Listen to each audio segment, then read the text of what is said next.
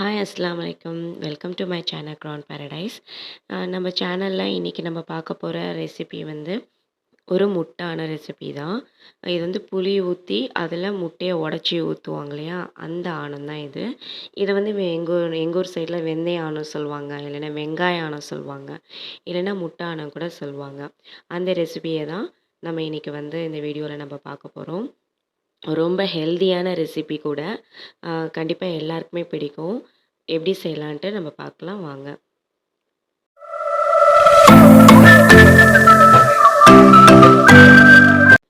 தேவையான பொருட்கள் பார்த்துடலாம். ஒரு கைப்பிடி அளவு சின்ன வெங்காயம் ரவுண்டாக கட் பண்ணி வச்சுருக்கேன். அப்புறம் 2 பச்சை மிளகாய் எடுத்திருக்கேன். 10 பல்லு பூண்டு வந்து கொஞ்சம் நசுக்கி வச்சுருக்கேன். அதுக்கப்புறம் வந்து தேவையான அளவுக்கு புளி தண்ணி கரைச்சி வச்சுருக்கேன். இப்போ 10 கீத்து அளவு தேங்காய் வந்து கட் பண்ணி வச்சுருக்கேன்.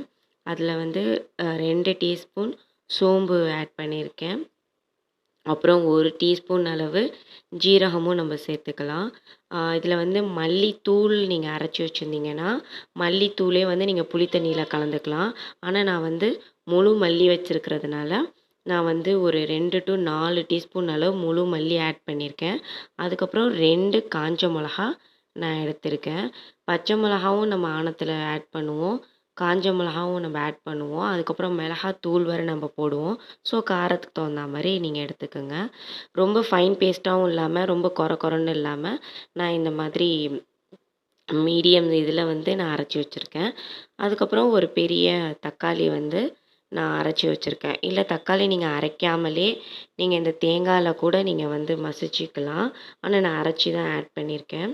இப்போது இந்த தேங்காய் வந்து அந்த புளி தண்ணியோட நான் வந்து கலந்துக்கிட்டு அதில் தேவையான அளவு உப்பும் மஞ்சத்தூளும் ஆட் பண்ணிக்கிட்டேன். இப்போது இது ரெண்டுத்தையும் நல்லா வந்து கையால் கலந்துக்கலாம். இது தக்காளி வந்து நான் எதுக்கு அரைச்சி வச்சுருக்கேன்னு சொன்னால், எங்கள் வீட்டில் தக்காளி ஆணத்தில் இருந்துச்சுன்னா தனியாக எடுத்து வச்சிடுறாங்க. அதுக்காக நான் என்ன பண்ணிட்டேன், இப்படி அரைச்சி நான் சேர்த்துக்கிறது. இப்போது அந்த 2 பச்சை மிளகாவை இந்த மாதிரி 2ஆ கட் பண்ணி அந்த புளி தண்ணியில் ஆட் பண்ணிக்கலாம். இப்போ புளி மெயின் வந்து புளியாக இருக்குது இந்த ஆணத்துலங்கிறதுனால நான் நல்லெண்ணெய் எடுத்திருக்கேன். 4 டீஸ்பூன் தாராளமாக நல்லெண்ணெய் எடுத்துக்கோங்க. அது நல்லா எண்ணெய் காஞ்சதுக்கப்புறம் நான் கறி வடகம் வந்து கொஞ்சோண்டு எடுத்து உடச்சி நுணுக்கி இந்த மாதிரி போட்டிருக்கேன். கறி வடகம் இல்லாதவங்க கடுகு வந்து கடுகு, கொஞ்சோண்டு ஜீரகம், சோம்பு வந்து ஆட் பண்ணிக்கோங்க. இப்போது கருவேப்பிலை நம்ம ஆட் பண்ணியாச்சு. எல்லாமே இப்போ நல்லா வந்து முறுமுறுண்டு நல்லா வரணும். இப்போது 1 டீஸ்பூன் அளவு வெந்தயம் ஆட் பண்ணிக்கிட்டேன். இப்போ வெந்தயம் பொன்னிறமாக மாறுற வரைக்கும் நம்ம வறுத்துக்கணும். அதே சமயம் தீஞ்சிரவும் கூடாது. தீஞ்சிற மாதிரி வந்துச்சுன்னா கசக்க ஆரம்பிச்சிரும் ஆணம். இப்போ தட்டி வச்ச அந்த 10 பல்லு பூண்டையும் வந்து நல்லா வதக்கிக்கலாம். நல்லா மணமாக இருக்கும் இந்த ஆணம் செய்யும்போது. வீடே நல்லா வாசமாக இருக்கும். இப்போ நெக்ஸ்ட்டு வந்து நம்ம கட் பண்ணி வச்சுருக்கிற வெங்காயத்தையும் ஆட் பண்ணிக்கலாம். வெங்காயம் வந்து கண்டிப்பாக நல்லா வதங்கணும். பொன்னிறமாலாம் வரணும்னு அவசியம் இல்லை. ஆனால் சின்ன வெங்காயம் நல்லா வதங்கணும். ஒரு கண்ணாடி பதம் அளவுக்கு வந்தால் கூட போதும். இப்போது வெங்காயம் வதங்கிறதுக்காக நம்ம கொஞ்சோண்டு வந்து உப்பு லைட்டாக ஆட் பண்ணிக்கலாம். ஏன்னா நம்ம ஏற்கனவே வந்து அந்த தேங்காய் புளி தண்ணியில் வந்து வேறு நம்ம உப்பு ஆட் பண்ணியிருக்கோம். ஸோ இப்போ கொஞ்சமாக நம்ம ஆட் பண்ணிக்கலாம். வெங்காயம் நல்லா வதங்கிடுச்சு. இப்போது வந்து 2 டீஸ்பூன் அளவு நான் வந்து மிளகாத்தூள் வந்து ஆட் பண்ணியிருக்கேன். நீங்கள் உங்கள் காரத்துக்கு தகுந்த மாதிரி நீங்கள் ஆட் பண்ணிக்கோங்க. இப்போ அந்த மிளகாத்தூளும் வந்து அந்த எண்ணெயோடு நல்லா வந்து வதங்கணும். இப்போவே ரொம்ப நல்லா வாசமாக இருக்கும்.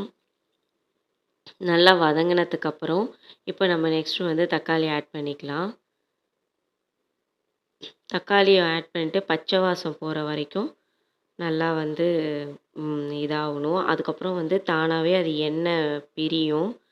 எண்ணெய் பிரிஞ்சு வந்ததுக்கப்புறமா நம்ம நெக்ஸ்ட்டு வந்து நம்ம கரைச்சி வச்சுருக்கோம் இல்லையா புளி தண்ணி, அதில் ஆட் பண்ணிக்கலாம். இப்போ வந்து நம்ம தேங்காவோட நீங்கள் முழு மிளகு இருந்துச்சுன்னா நீங்கள் அப்போவே அரைச்சிக்கலாம். ஆனால் வந்து எனக்கு முழு மிளகு இல்லை, அதனால நான் வந்து மிளகுத்தூளை வந்து நான் இப்போ வந்து ஆட் பண்ணியிருக்கிறேன். இப்போது நல்லா கொதிச்சு எண்ணெய் நல்லா பிரிஞ்சிருச்சு. இப்போ வந்து நம்ம கரைச்சி வச்சிருக்க தேங்காய் தண்ணிய வந்து நம்ம இதில வந்து ஆட் பண்ணிக்கலாம். நல்லா கிளறி விட்டுட்டு, இதில சேர்த்துருக்க மசாலா எல்லாம் வந்து பச்சை வாசனை போற வரைக்கும் நல்லா கொதிக்கணும். அதுக்கு ஹை ஃப்ளேம்லலாம் வைக்கக்கூடாது. லோ ஃப்ளேம்லேயே வச்சு தான் நம்ம வந்து கொதிக்க வைக்கணும்.